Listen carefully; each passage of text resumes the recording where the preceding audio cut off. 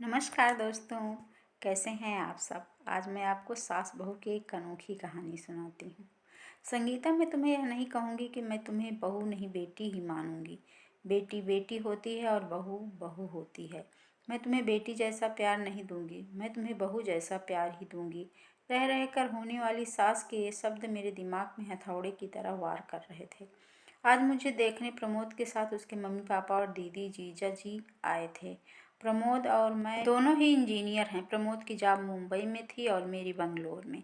प्रमोद मेरी बुआ जी के दूर के रिश्तेदार लगते थे। फूफा और बुआ जी प्रमोद की और उनके परिवार की तारीफ करते करते थकते नहीं थे। प्रमोद के मम्मी की बुआ इतनी तारीफ कर रही थी जैसे कि वो खुद इंजीनियर हैं। पति और बेटा दोनों इंजीनियर हैं, जो जाहिर है कि पैसों की कोई कमी नहीं है। घमंड नाम की कोई चीज़ उनमें नहीं है। लड़ाई झगड़ा करना तो उन्हें आता ही नहीं।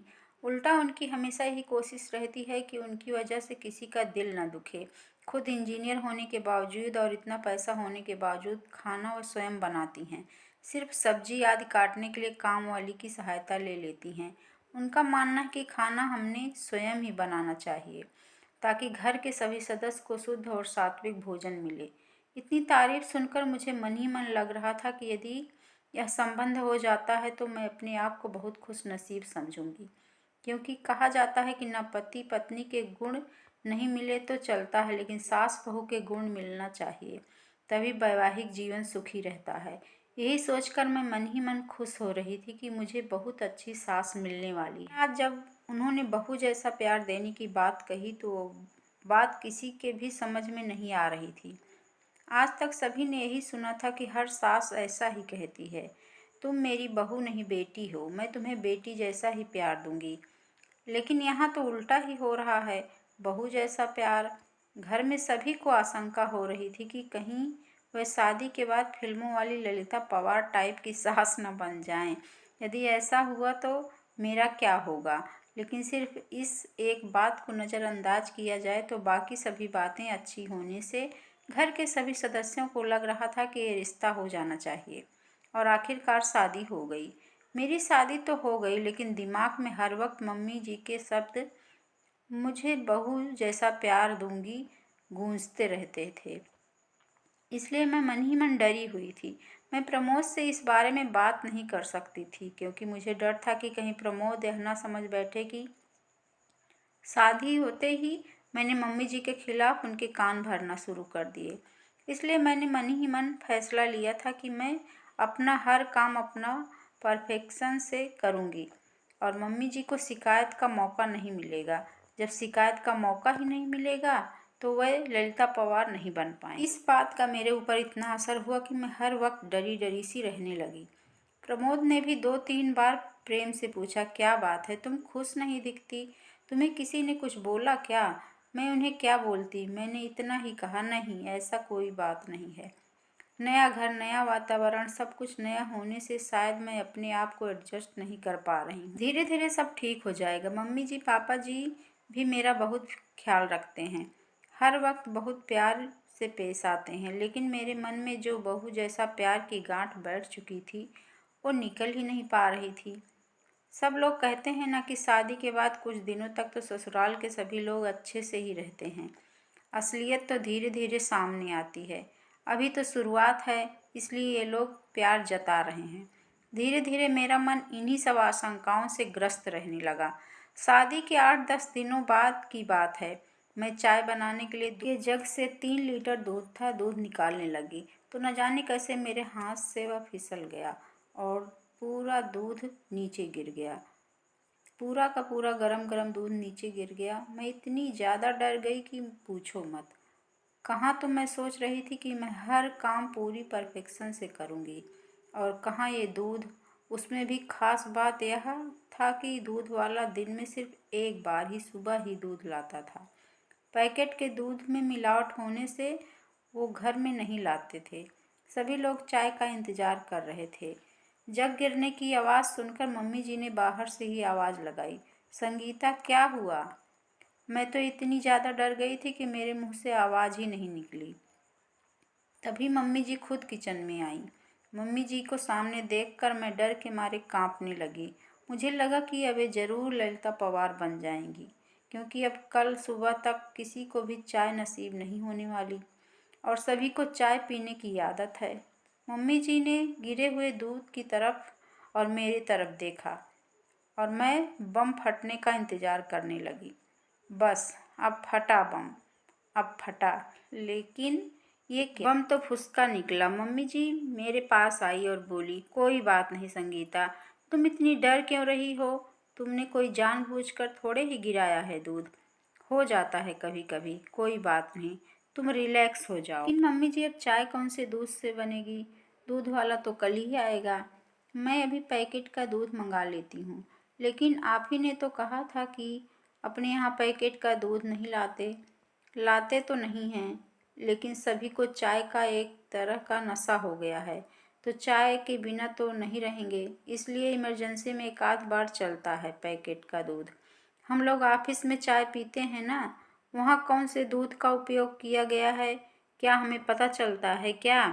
ऑफिस में हमारी मजबूरी है, लेकिन घर जहाँ तक संभव हो शरीर के दृष्टिकोण से जो अच्छा रहता है वो करना चाहिए, इसलिए अपने यहाँ पैकेट का दूध नहीं लाते। लेकिन एक आध बार में कुछ नहीं होता है, रोज रोज थोड़े ही दूध गिर जाएगा। अब तुम रिलैक्स हो जाओ। मैंने मन में सोचा, मैं फिजूल ही डर रही थी। मम्मी जो तो कितनी अच्छी हैं, लेकिन दूसरे ही पल सहेली की बात याद आ गई कि ये सब चोचले शादी के शुरुआत में ही होते हैं, आगे आगे देखना होता है क्या? क्या बात है? यह बात याद आते ही फिर से मन में वही डर समा गया।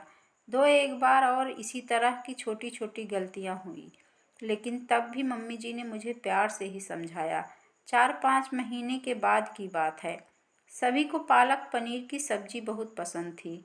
आज रविवार की सभी की छुट्टी होने से पालक पनीर की सब्जी बनाने का तय हुआ। खाना बनने के बाद सब लोग खाना खाने बैठे तो जैसे ही इन्होंने पहला कौर मुंह में लिया तो बहुत बुरा मुंह बनाया और एक घूंट पानी पीकर बोले कि आज सब्जी में नमक डाला है कि नमक में सब्जी डाली है? आज डबल नमक है सब्जी में। मुझे काटो तो खून नहीं, हे भगवान। अब जरूर मम्मी जी अपना बहू वाला प्यार दिखाएंगे। कहेंगे कि तेरी मम्मी ने यही सिखाया है क्या? पढ़ लिख कर नौकरी कर रही है, इसका ये मतलब नहीं कि तुम्हें सब्जी बनाना भी नहीं आता है। तुम्हारी माँ ने तो कहा था कि मेरी बेटी को सब आता है, फिर क्या है ये? मैं ये सब सोच ही रही थी कि इतने में मम्मी जी ने मुझे जोर से झंझोड़ा। संगीता, ओ संगीता, क्या हुआ? तुम कांप क्यों रही हो? रो क्यों रही हो? कुछ नहीं। ओ सब्जी मम्मी जी, सॉरी।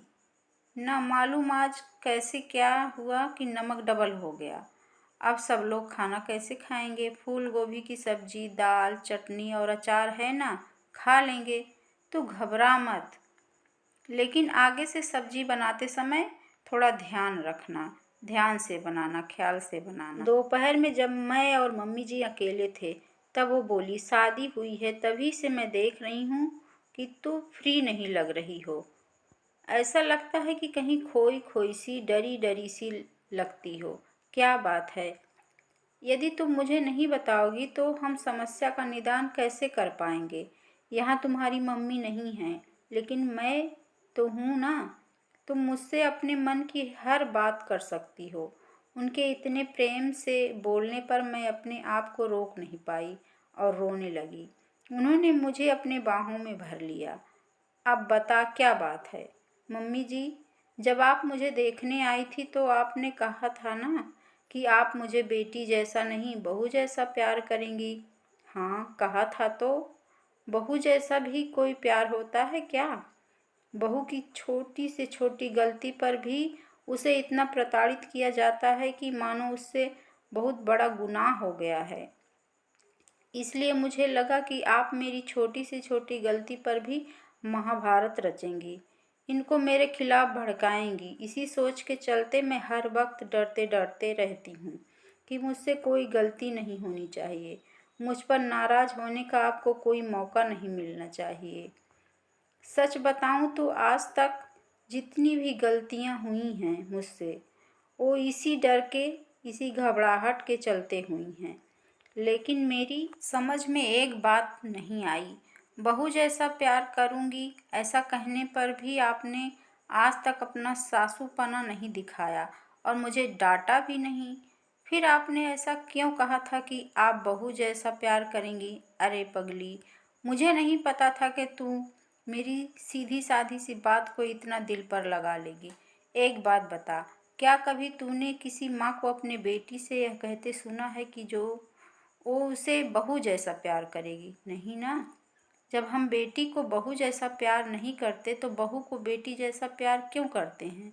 इसका तो यही मतलब हुआ ना कि हम बेटी को ज़्यादा महत्व देते हैं, बेटी को ज़्यादा प्यार करते हैं, इसलिए बहू से कहते हैं कि तुझे बेटी बनाएंगे, तुझे बेटी जैसा प्यार देंगे। हम लोग बेटे को ज़्यादा महत्व देते हैं, इसलिए बेटे को बेटे जैसा ही प्यार देते हैं। कभी भी बेटे से यह नहीं कहते कि तुझे बेटी जैसा प्यार देंगे। यदि हम बेटा और बेटी दोनों को समान समझते हैं तो बेटी को बेटी जैसा प्यार क्यों नहीं दे सकते? मेरी नज़र में जिस तरह बेटी का अपना एक अलग अस्तित्व है, उसी तरह बहू का भी अपना एक अस्तित्व है। मैं बहू को बेटी से किसी भी मामले में कम नहीं समझती, इसलिए मैंने कहा था कि मैं तुम्हें बेटी जैसा नहीं बहू जैसा प्यार दूंगी। मुझे क्या पता था कि गलत मतलब लगा के वह बात दिल को लगा लेगी। चल अब आंसू पोंछ, नहीं तो मैं सचमुच में फिल्मों वाली ललिता पवार बन जाऊंगी। उन्होंने यह बात इस अंदाज में कही कि हंसते हंसते हम दोनों का बुरा हाल हो गया।